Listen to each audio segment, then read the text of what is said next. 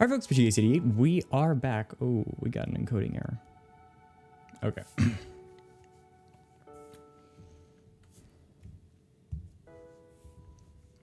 Alright folks, PGA88, we are back. And we're back once again with some more choices. We're back with the Elementalists, and I gotta say, like every single chapter, I get more and more hyped up about the mustache guy, Monopoly Man.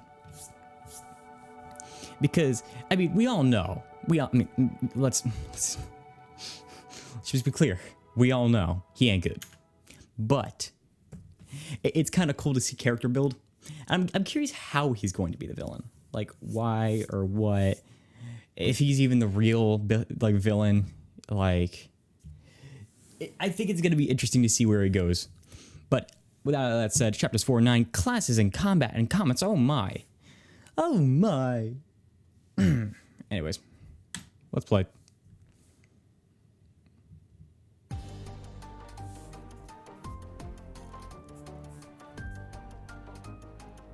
Turn it down a little bit.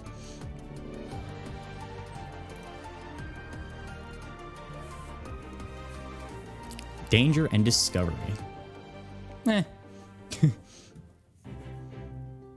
A little over a week after you received the last letter from Kane, you sit down on the table in the greenhouse with Atlas and Aster, fiddling with the charm he gave you. I wonder if I can get this to activate again. There must be some kind of command word or something. Shield. Activate. You determine a little shake, but nothing happens. Well, I tried. It'd be funny if it did work, though. Guess I still haven't quite figured this out. It protected me from in the dining hall, but I don't remember doing anything special. Perhaps it activates automatically? Sensing when you're in danger, just like when the trees reach out to me? Let's stop talking about the charm. Okay, I for one cannot wait to see what we're going to learn today. I can barely contain my excitement. Oh, Aster. Aster and Atlas are ready to take it easy. Whatever we're doing, I will contain my excitement, just see what happens.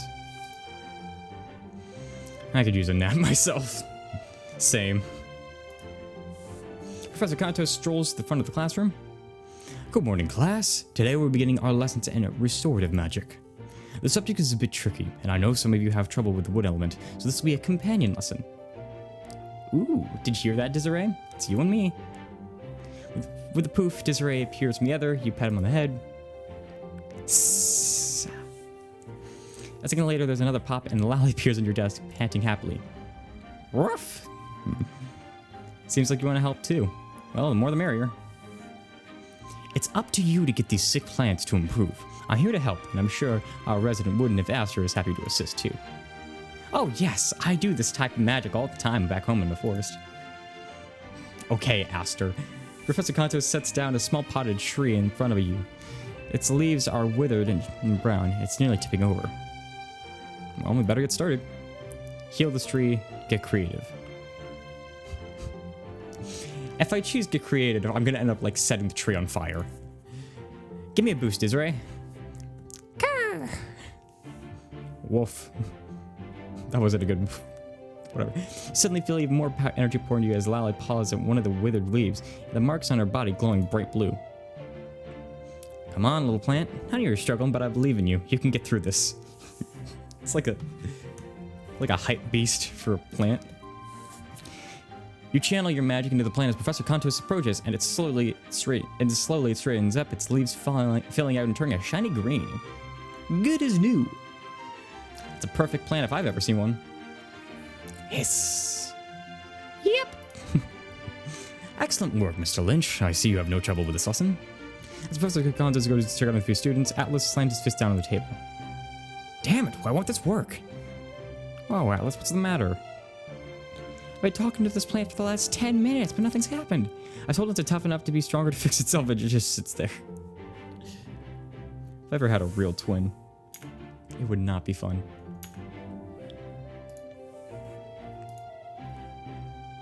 When you're working with plants, they generally need encouragement. And that's what I'm doing. I think what Aster means is you have to be nice to them. Don't worry, Atlas. I'm sure you can do it. Maybe you just need a bit of help. Why don't you get help from me, Aster, Desiree, and Lally? I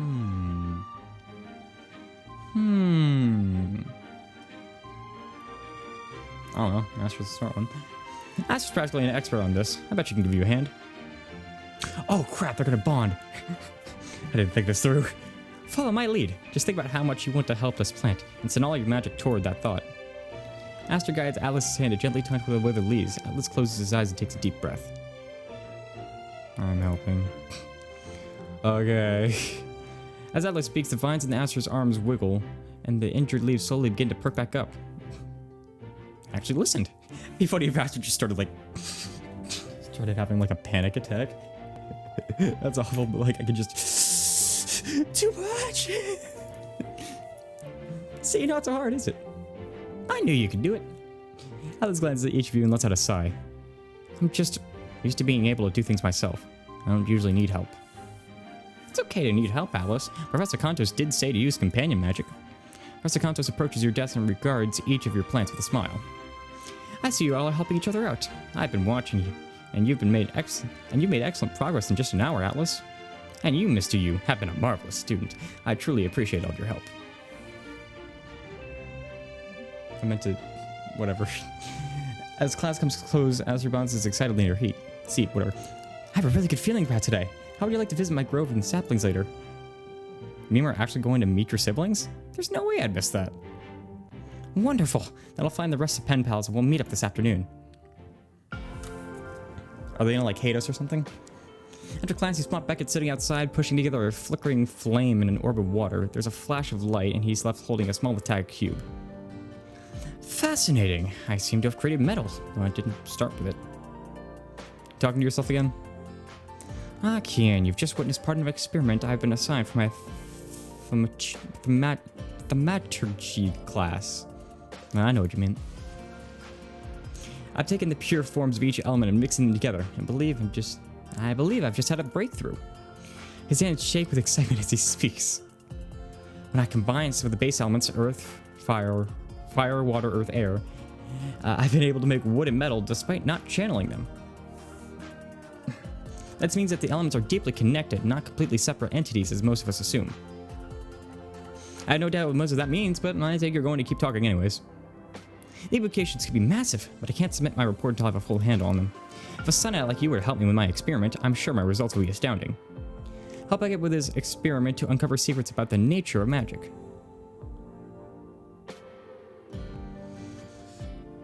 See, there's this weird part of me that doesn't want to.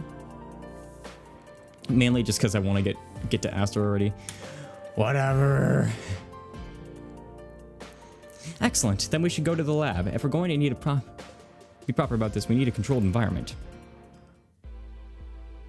Beckett leads you through the building and down a staircase into a massive workshop.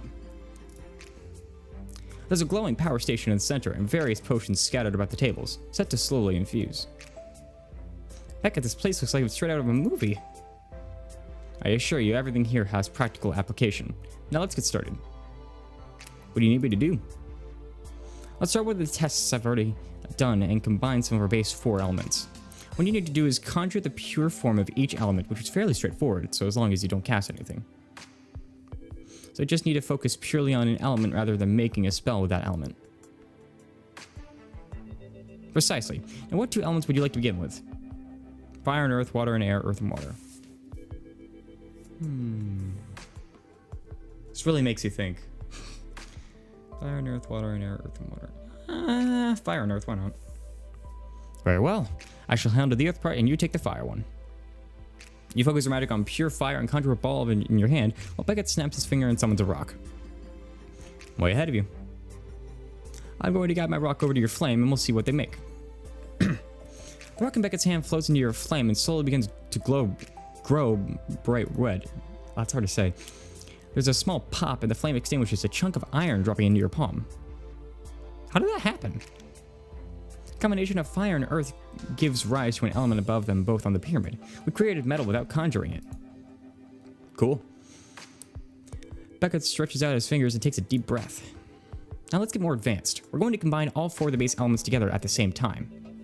I need you to conjure a flame and an orb of water. I'll handle the earth and air. Beckett raises his hand and a ball of dirt appears alongside the swirling ball of air. You could say please next time. You focus your magic on the sun ball in one hand and a ball of water in the other. If you just move to the fire, move the fire and water into the center, I'll do the same with my earth and air. Twist your hands walls come together over the table. Then there's a flash of light. Whoa! Massive metal chunk clatters down to the desk in the shape of long curled vines, like an intricate sculpture.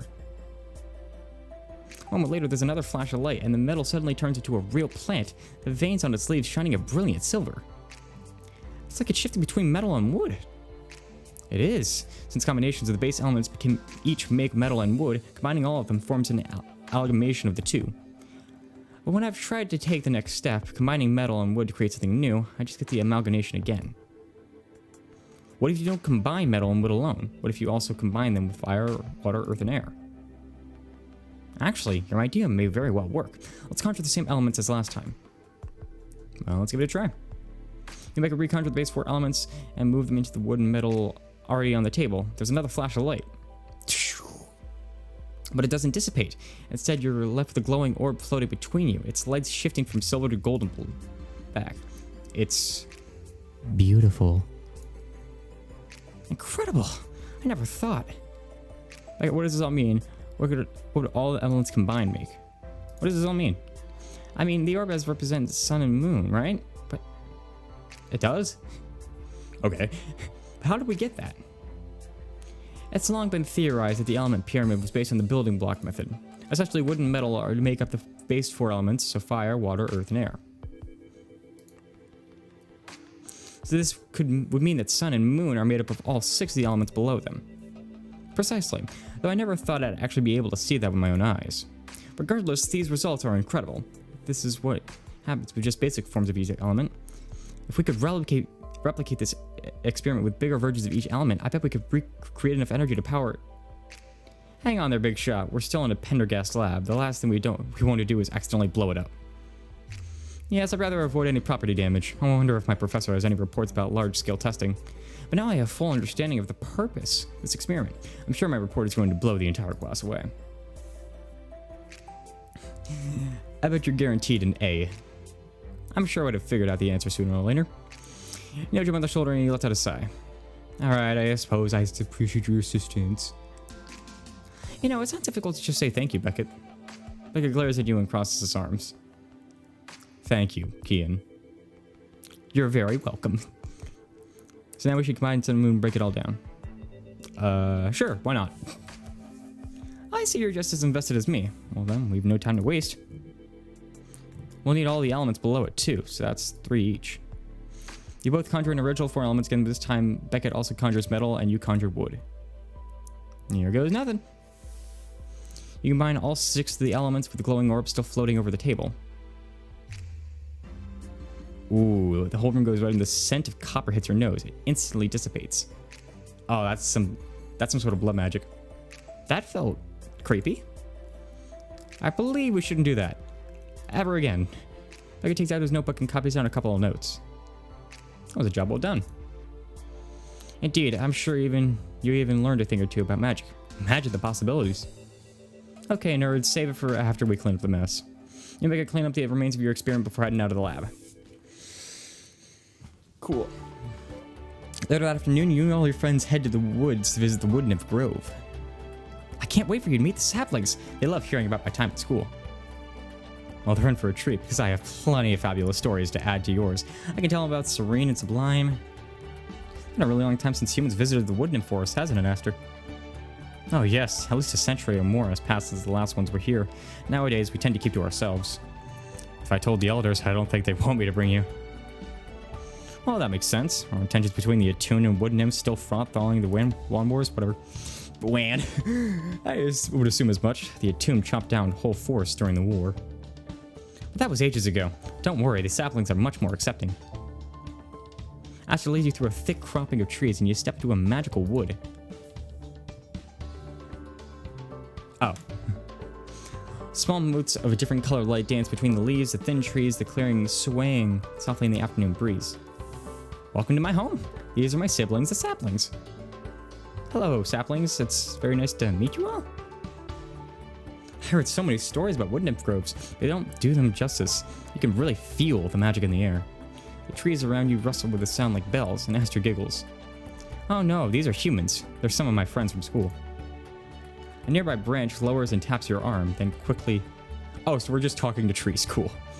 Taps your arm that quickly lifts back up. The rustling grows louder. Aster, I feel like they're laughing at me.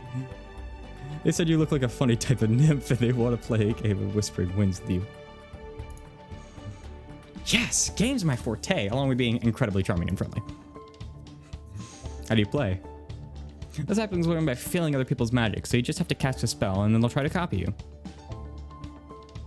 Elegant, fun, kind. I'll go kind. I'll help too, and this will be a good way for Alice to practice his restorative magic. Well, you've just spent literal hours doing that, but fine, I guess it couldn't hurt. I just want to give all these saplings a big hug. The way you channel your magic and branches on each of the saplings intertwining with each other.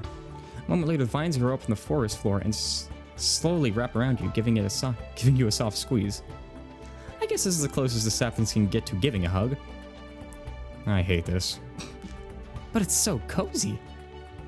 The saplings all... It'd be funny if we just started like constraining us like pythons. It's all rustle loudly and the branches bend to brush you again, their leaves tickling your face. They wanted me to tell you that they had a lot of fun playing with you, and they consider you friends for the forest now. I'll wear the title proudly. The saplings go quiet. Aster lets out a sigh. I only wish the rooted nymphs, the elders, were more open-minded. But I'm sure that since the saplings adore you, the elders will have to like you too. Oh, of course. I mean... The audio bugged out there.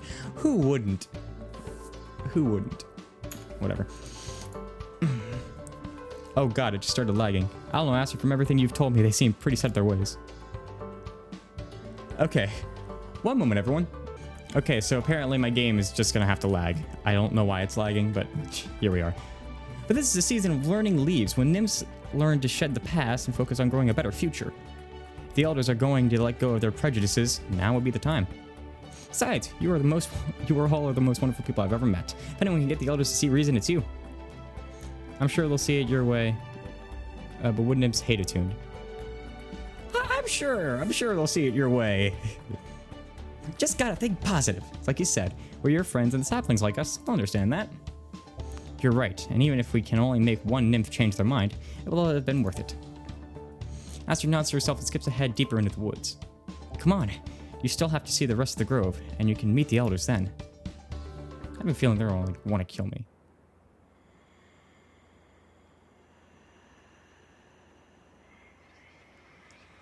Okay. This got very creepy very quick. You follow Aster across the grove to an older section of the forest. Indistinct faces stare out of the trunks and the trees. A slow, creaky voice filters through the branches, and a wood nymph sways to the view around a nearby tree trunk.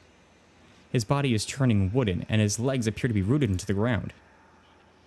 Aster, have you come to visit? You didn't send a message through the trees.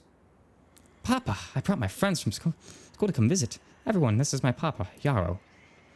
There's rustling from the trees further off, and the whispers reach your ears. She did what? Oh boy. The branches from the larger trees lean closer together, as though they're speaking to each other. So that tells me this isn't gonna go well. It's nice to meet you. Silence! Alright, I'll shut up, whatever. Yarrow's head swivels back to Aster, expression furious. You brought Attuned into our forest after all that they've done. I wanted them to meet everyone. I thought we could talk and learn about each other. They are not to be trusted. They will destroy you. Have you learned nothing from what I've told you about our history, about the wars? Why don't you just come back to the forest and give up these ridiculous studies? The trees echo his sentiment. Yes, Aster, come back. This is where you can belong. Aster's eyes go wide, filling with tears. I don't... Yarrow turns back to you with a scowl.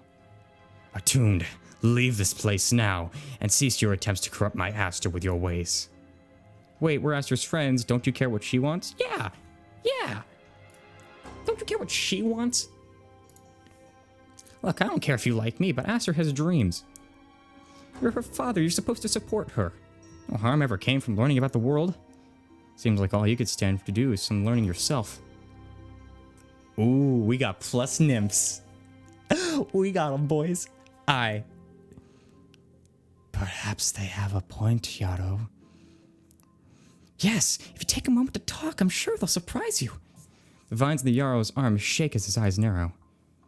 These attuned don't understand what we have suffered. They never will.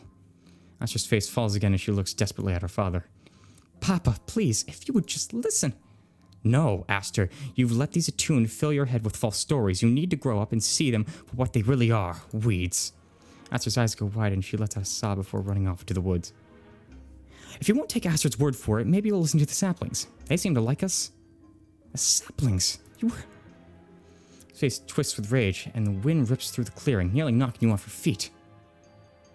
The forest darkens and the trees loom over you, casting you in shadow. Oh, we're gonna die. Get out! And your friends hurry back the way you came, returning to the outer woods. Well, that could have gone a lot better. Yeah.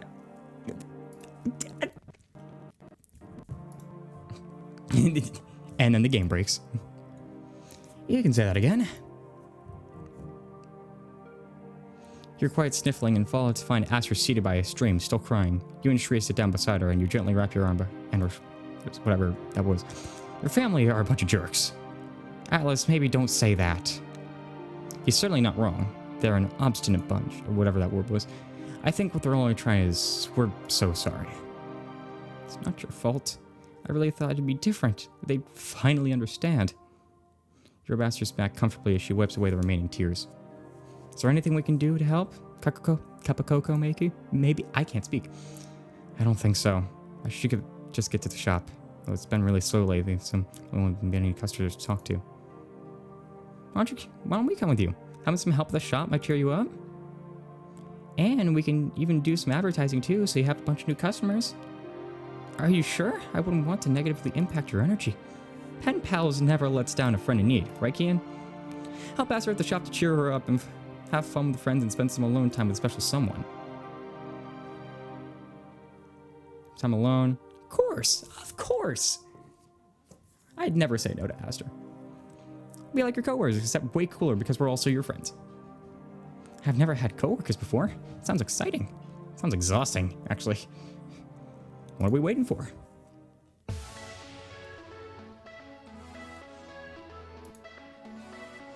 You mentioned that business was slow at the shop. I think we can change that. See a couple of your professors pass by. Let's see, I need wormroot, delivery powder, and hoof polish.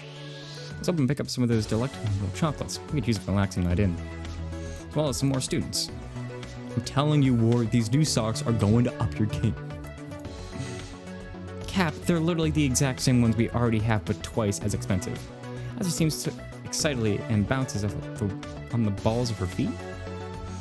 All those people with their own unique stories to share. Can't wait to hear them. First, we gotta convince them to talk to us.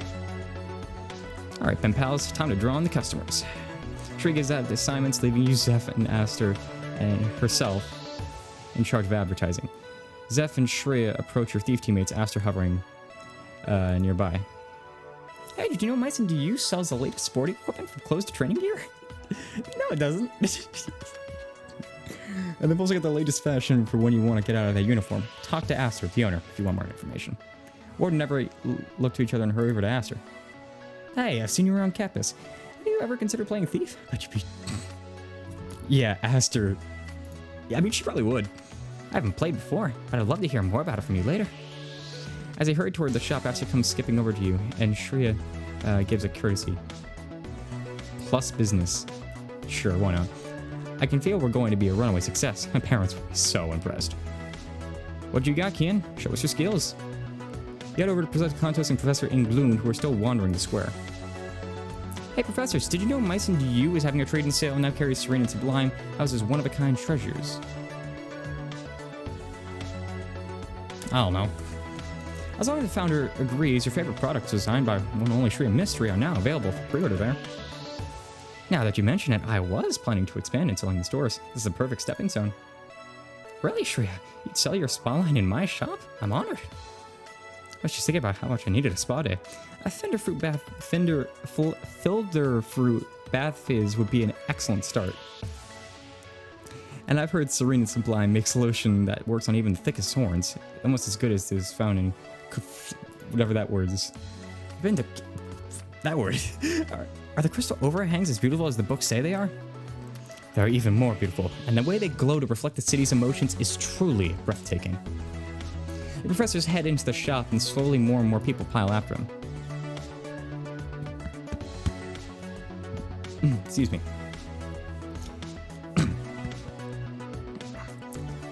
There's the crowd we were looking for. Now let's get inside and make some sales. You and your friends step into the Aster shop, which quickly crowds of people, all needing help. If you'll just wait patiently, and one of us will be around to assist you. Friends disperse through the shop, but Atlas hovers by the door. Oh, no, you don't. You've got to help too. And do what? Customer service isn't exactly my forte. That's just because you haven't learned yet. All you have to do is ask them if they need anything and remember to smile. I hate this already. Now, let's get you out there. Just follow my lead. You spot a teen looking at a strange circular disc and you approach. You nudge Atlas with your elbow and he gives a stiff smile. Can we help you with anything? Teen. Cool. I was wondering what this is for. Oh, it's a Brisbee. It's a toy that you throw in occasionally and it explodes with magic. Familiars, I love them. Oh, it's perfect for my little pumpkin. Thank you so much. See? You're natural. You leave Atlas with another customer and then head over to Beckett and Griffin, who are talking with the fellow Pendergast student. What are you looking for? There's books on all manner of subjects, strange relics of the past, evolutions, and a variety of potions. Oh. We also have all types of clothing and trinkets for your dorm room. Actually a little overwhelmed. There's so much in here, I'll have no idea what to look at first. Maybe I can help with that. What you need is this book, some magic marbles, a phono.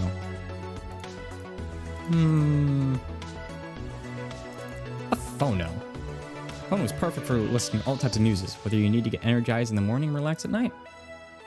And if you're going to host any kind of party, you want to make sure you have the system to match. And what exactly makes this phono different from any other? Actually, it looks kind of old. It's vintage. It's sure to tell everyone that you're sophisticated, not just your average college student. Not to mention that the sound is actually better than the older models. On the older models, whatever. They just don't make them like they used to. So, what do you think? I have to have this. Student hurries off to make her purchase, and you go to help her customers. As the evening winds down, the shop begins to clear out. Your friends all breathe a sigh of relief. I think it's more people than I've seen in the shop, maybe ever. I get the feeling business will be booming from now on. Our advertising expertise was truly inspiring. I'd actually argue that the customer service had the biggest effect. I clearly made the most sales. Everyone contributed and we had fun. That was the whole point. Why do people feel the need to talk so much? It was exhausting. Really? But getting to know everyone is so fun. Turn back to Aster. Is there anything else we can do? Oh yes, I'd appreciate you all helping me tidy up. Everything's out of place now. Hey Atlas, I bet I can clean this shelf off faster than you. Those are fighting words, Zephyr. Ooh, he said his full name too. You shake your head at the two of them before moving to the other side of the shop to start picking up. You take a last glance at your friends. I should get help from Griffin, Shreya, Beckett, Aster. Won't pass an opportunity to go hang out with Aster. Hey Aster, want to come out help me over here? Oh yes, I'd be happy to. I know my organization system is a little confusing. You and Aster cross through the shelf full of potion bottles of various colors. I know the shop is a mess, but it feels so good. It's like everyone's happiness is radiating around this place. Of course it is. It's impossible to be sad in your shop. Now, how do you want me to sort these? Normally I'd organize them by color, but I've been considering switching to type of potion to make it easier on customers. Just last week, a werewolf mixed up rejuvenating essence with pain of wolf because they're both blue. Why did you organize them by the color to begin with? Doesn't that make it hard to find what you're looking for? But they form such a beautiful rainbow. It was like when the sun comes out after a rainy morning. It made me feel more connected to nature, even when I was working. Well, as reasons go, that sounds like a pretty good one. You know, I think if the other wimps visited and saw how wonderful the people are here, they'd understand. Aster looks falling around the shop, a sweet smile on her lips. Aster... I know it's the romantic option, but it's just such weird timing. The phrasing is like, I'd like to kiss you.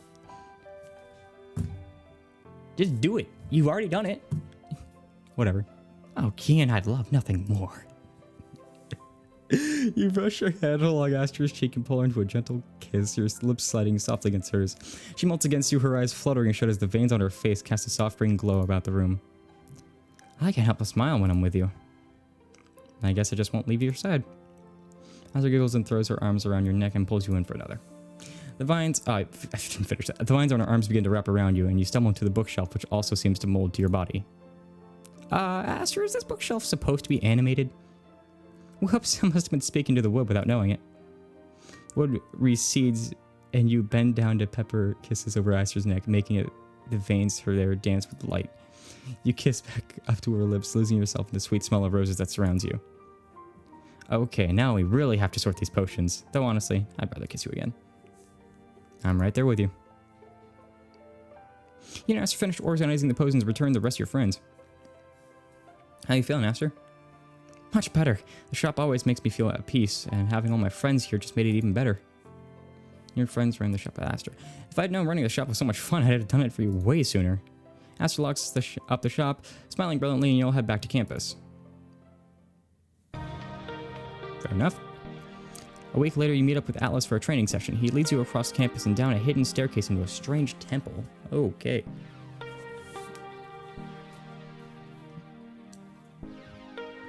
I mean, yeah, you got the weird temple thing, right?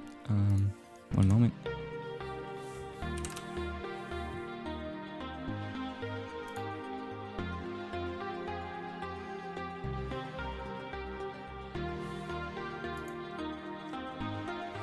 Okay, sorry.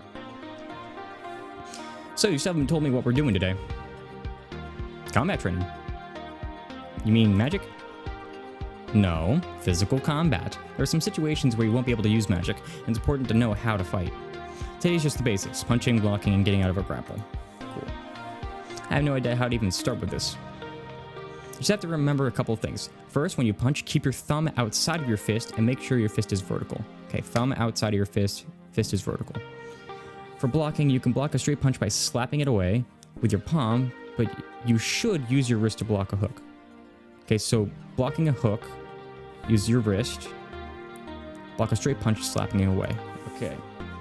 And if someone manages to grab you from behind, get out by sliding your hands up your sides. It'll dig your elbows right into their muscles. Sliding your hands up your sides.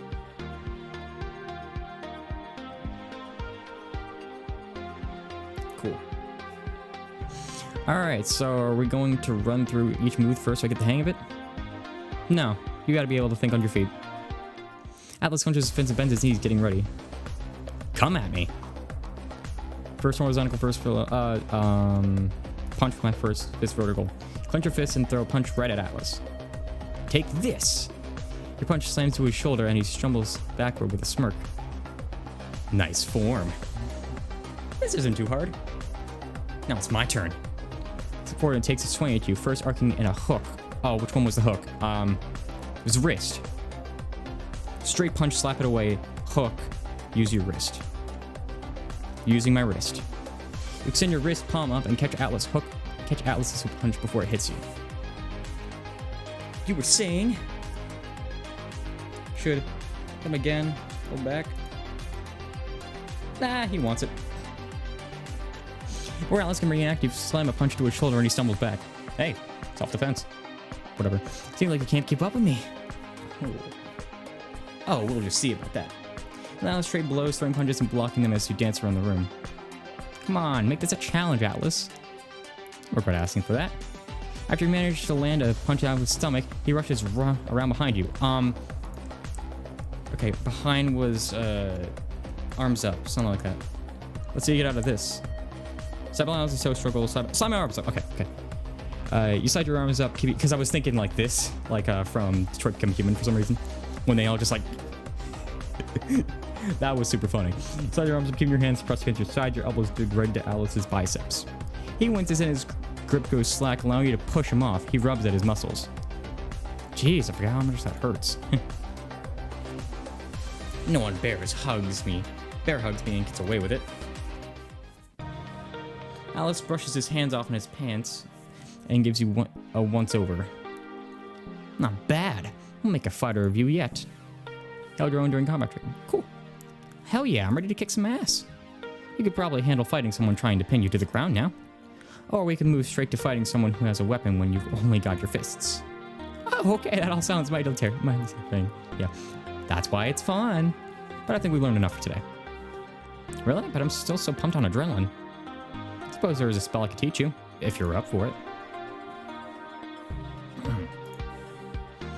It's a daze spell, a combination of moon and earth. It will allow you to stun someone and leave them confused. Oh, dope! Is it earth because it's like throwing a rock at a person's head? I don't know, I'll show you what it's like. Alice locks eyes with you and your vision suddenly goes blurry. Woo! Try to focus, but your surroundings warp and shift around you, making you stumble. You fall to the ground and Atlas ends the spell. Okay, you weren't kidding. That would stop anyone in their tracks. Exactly, but it might be difficult for you since you're a Sunat, so you definitely need to make sure you have enough energy to do it. But if you think you can handle it, I'm sure it'll be useful in your missions. Add the day spell to your spellbook to knock your enemies off their feet. Well, it's not even a choice then. Get all of them.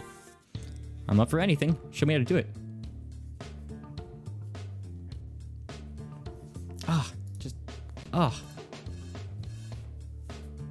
So groovy. Groove is real. Alright, to avoid us both ending up ridiculously confused, I'll just explain the spell to you and you can try it on me. Are you sure? I don't want to hurt you. I've dealt with worse.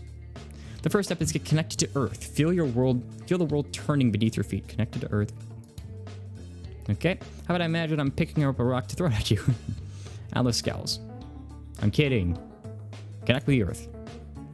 If you reach the magic into the ground, you can feel the weight of every nearby rock resting on its surface as though they're pressing down on you. Got it? Now, moon will be the tricky part for you. You'll need to feel like you're in a spotlight, on top of the world, and everything around you is dark. You'll want to keep all of the light to yourself, unaffected by anything outside of it. Sounds really vague, but I'll give it a shot. You close your eyes, imagine yourself standing on a stage with single light shining down on you. As the light starts to build, it begins to spread. Keep the light close. As you weave the moon magic in, you feel stronger, and the weight of the earth pressing down on you lightens, as though you're holding it up. Now what? Take the weight you're holding and force it on me. You lock eyes with Alice and push the heaviness surrounding you away, aiming right for him. He stumbles backward and clutches his head. Alice, are you okay? How do snakes move without arms? Are hot dogs well, they're twins. They technically have different birthdays. You break into laughter and let your magic fade. He lets go of his head and blinks a couple times. That's way more unpleasant than I remembered it being. I actually thought it was pretty funny. Yeah, laugh it up. Whatever, chump. Yay, I can use the day spell. Dope. Just then you hear a loud pop and the sound of trumpets. You and Atlas exchange a look before rushing up the stairs. As you emerge, you're greeted by a parade of animals marching across campus. Am I Aladdin? Or Princess Jasmine, or I don't remember. You spot a snake slithering up Amy's arm, tongue flickering out. That tickles. Oh, that's Amy. Just me, or is this weird even for Pendergast? A raccoon leaps out of a potted plant, knocking it over with a crash, and approaches Atlas. Huh? Oh, wait, Trash Panda. Ah, there he is. There's our boy. Kane. Spelled Kian wrong. There's the star of our show. Why don't you come up and join me, Kian? Kane sits regally on the back of an elephant as the head of a parade approaches, and moments later you're floating up to join him, landing on the back of a grizzly bear. Roar. I conjured up all these illusions just for you. I do hope you like them. Let him go, you son of a... Kane blows away his attack with a gust of wind, and the parade marches onward, with you and Kane in the lead. This is all for me? A little much. All for me? I'm just trying to piss Atlas off. I'm honored that you do something this grand just for me. Why, of course. It was the least I could do to show you my appreciation. You're like me, Kian. You deserve to be showered only in the finest gifts. Oh, put him down. Atlas launches a fireball right at Kane's head, but he gets closer, it's suddenly snuffed out. Allow me to handle this, Kian. Oh boy. Kane snaps his fingers, and a whirlwind swirls up around Atlas, tossing him in the lake. Gah! Hey, no, Atlas, the door of the main academic building bursts open and your professor stride out furiously. I don't know who you are, but you're trespassing on Pendergast's property. Just as remove yourself, or we shall have to remove you by force. We will not board you again. Zalathan floats graciously down to the ground. That's quite enough of that. Oh boy. Oh boy. He snaps his fingers and the professor's eyes go wide. They all clutch at their throats and drop to their knees. Oh, he's gonna kill him. Ugh. You leap off the grizzly bear's back, looking between Kane and your professors. Helmet professors attack Kane. Kane, that's enough! You hurl a wave of magic in Kane's direction and he stumbles backward. He turns to you with a furious glare. You. He carefully composes his expression and offers you a smile. I'm afraid we'll have to continue this conversation some other time, Kane. You blink, and Kane is nowhere to be seen. Alice hurries to join you, water dripping from his clothes. He's headed toward the cyanide classroom. I'll keep an eye on the professors. Go! You'll get there faster with the compact I gave you. Just use it to catch the light. Pull a mirror out of your pocket and examine it. Not sure this is going to help. Open the mirror and let a sunlight stream into it. A circle of glowing light reflects it off to the ground. Now what? Blow on it, and then trace the circle with your finger and press your palms together. You blow on the mirror, the circle getting larger and larger until it's big enough for you to stand on. You bend down and trace the circle with your finger. The grass getting caught under your fingernail, then press your hands together. Here it goes. You step into the column of light. Emerge in the cyanide classroom. Kane enters the room mere seconds later. He shoots you a delighted look. Well, Kane, I didn't expect you to arrive before me. You continue to surprise. What did you do to my professors and why are you here? They were bothering me, so I took away their breath for a while. Don't fret about them. Strolls past you in the room, his gaze analytical, though he continued to smile. As for that, what I'm doing here, that's rather simple. I'm looking for something. An item that belonged to an old friend. However, it seems she's not around anymore, so I'd rather like it for myself. What kind of object is it? Oh, nothing you should worry your pretty little head about. Now, you must pardon me, Kian, but I have business to attend to. Walks over to the pedestal in the corner of the room, center of the room, and the crystal add up of it, sending dancing lights over him. Finally. Reaches out to grab the crystal, and the moment his fingers touch it, a massive flare shoots out from the center, sending him flying. Ugh. Kane scrambles to his feet, disoriented from the blast. He hurries towards the edge of the room and scans the sky. Blast it! You follow him as he rushes back to campus. He conjures a massive whirlwind, sucking in all of his illusionary, and starts to flee, even as your professor struggles for air. Don't leave him like this. I won't let you get away with this. Don't leave him like that. Just release your magic and let him go. I have more to worry about now. Without another word, Kane disappears. You notice a glimmer in the corner of your eyes, and you look up to see the comet coming right toward you.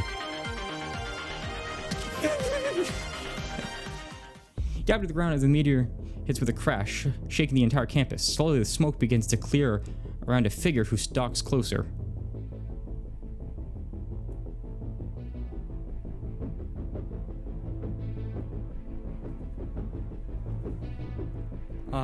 Hi there. Oh my god, they destroyed the place. She waves her hand and your professors gasp in desperate breaths. Her voice booms out over the campus as she pins you in Atlas with a fierce gaze. You foolish mortals. Us, but we didn't... Silence! I can smell this lingering magic. Kane, the air source. My wayward child. Who are you? What are you talking about? Who the hell are you? Woman stops in front of you, energy radiating off of her and waves so powerful you can barely move a muscle. The blood source. The Elementalist parent. You fools released Kane from his prison. Why is it always my fault? What did I do? And now he will leave your entire world in ruin. Great. Every time, dude. Every time. Can he just not leave my world in elemental ruin?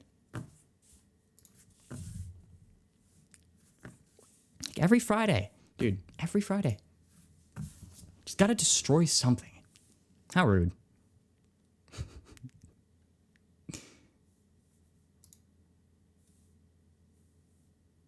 Alright, come on, game. I just want to see what the teaser text with us. You know what? I'm not even going to waste time with that.